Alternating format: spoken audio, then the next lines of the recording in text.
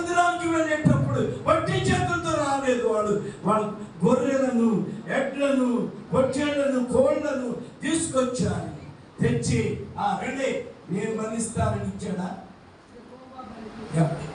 ఎవరిచ్చారు చెప్పండి?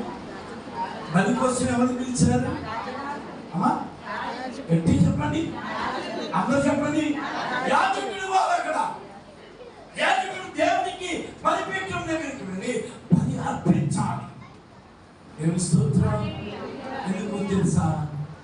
యాజకుడు ప్రత్యేకించబడిన వాడు. ఆ పని కొరకు దేవుడు అతన్ని ఎన్నుకున్నాడు. దేవుడు అతన్ని పిలిచాడు. దేవుని చేత ఏర్పరచబడిన వాడు.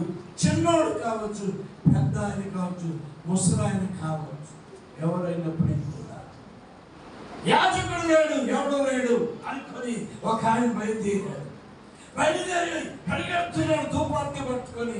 రాజా వెళ్ళవద్దు, దేవుని మందిరానికి అడుగు పెట్టద్దు, అది నీకు ఘనత కాదు. ఏం చెప్పండి? వెరీ గుడ్ సిస్టర్ గారు చెప్పారు. ఉజ్జియా రౌద్రంతో పరిగెడుతున్నాడు. యాజకులలో ధైర్యం కలిగిన వాడు, తప్పిది, నువ్వు తప్పు చేస్తున్నావు.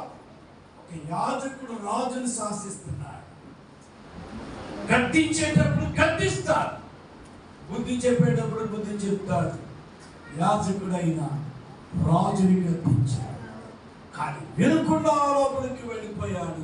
వెళ్ళిపోయిన తర్వాత జరిగింది ఏంటయ్యా అంటే, అతను బయటికి వచ్చేటప్పుడు వారి ముందే అతని ముఖమంతా